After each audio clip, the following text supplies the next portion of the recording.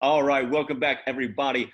In this video, we'll be discussing playoff series. All right, so as we are recording this, we have just finished up the Lakers and Rockets game last night with Lakers taking a commanding 2-1 lead in the series, and also Miami closing out the Bucks 4-1.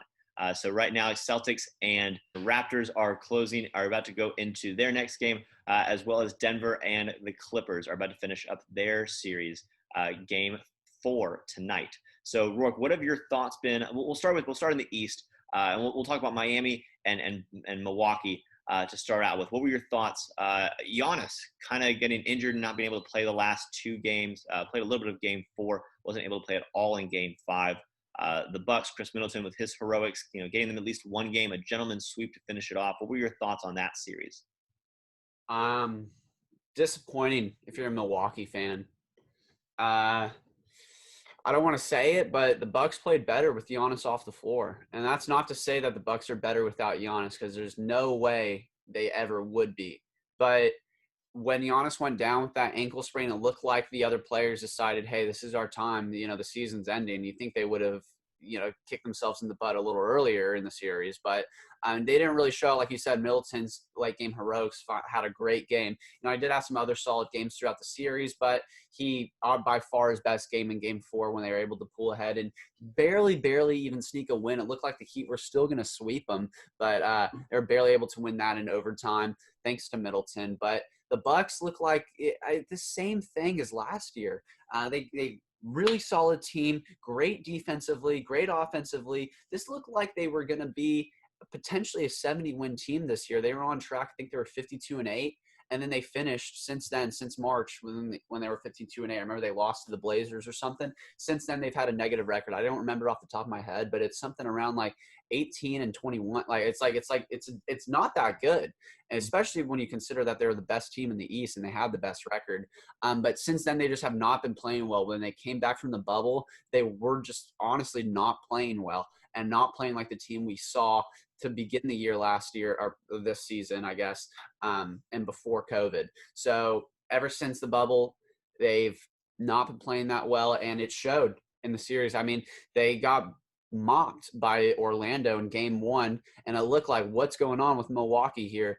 But Orlando just has that good Game 1 appearance that they had, just like in Toronto the year before with DJ Augustine showing out. But Orlando put up a fight. Milwaukee was able to ease past them, and it looked like they were set for a solid series against the Heat. Heat coming off a sweep, and the Heat were on fire. I mean, Miami, they cannot lose. They literally cannot. They lost that one game. They're 8-1 right now in the playoffs, and they should have honestly should be 8-0. They shouldn't have even taken that game to 5.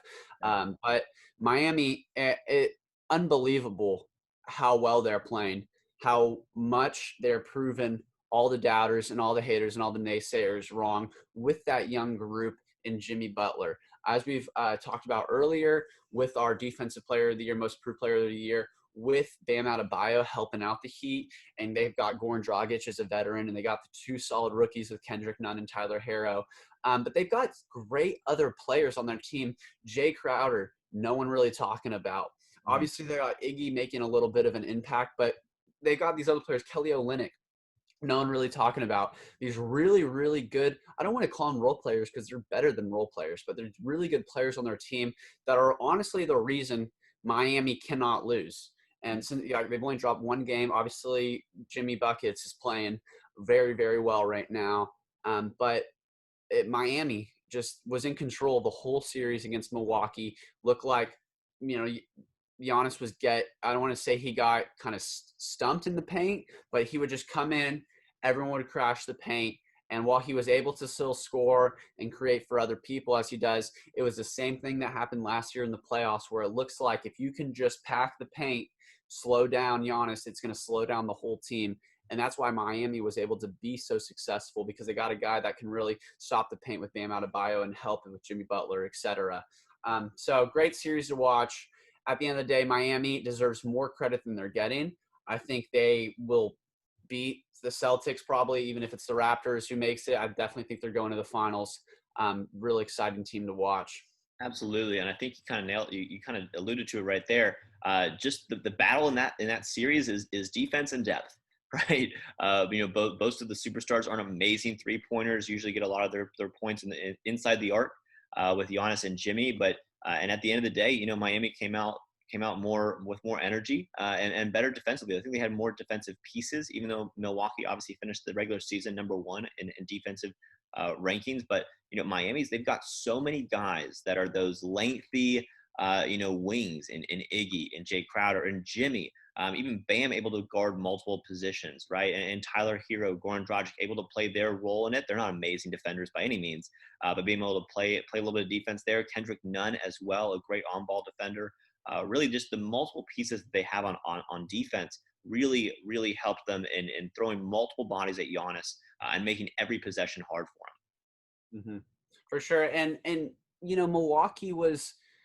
I think people would say the Lakers had the best odds to win the chip, but Milwaukee was really the best constructed team in the NBA. They had the most depth in their bench. They had the most bench points scored through the season. They were the best offensive ratings, best defensive ratings. They checked all the boxes that you would check to be the best team in the league. And it's really underwhelming how they weren't able to put up as much as a fight as many people would think against Miami and to go out in this gentleman's sweep. Now, there will be a narrative that Giannis was hurt, and I think this is going to feed an offseason narrative that if Giannis, is he going to stay or is he going to come, maybe he joins Miami, maybe he goes to Portland, maybe he leaves.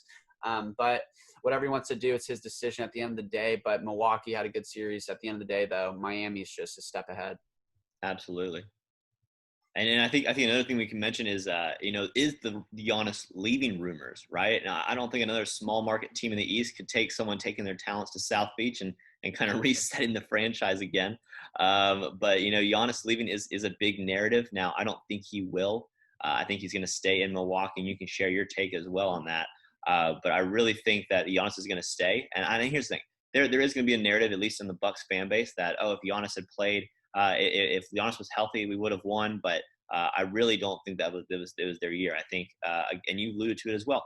Great regular season team, and I don't think Giannis is a postseason choker, but I do think it's harder to win series in playoffs because every single game you're playing the same person, and very unlikely that you're going to be able to get the same advantages you do in one game into the next game.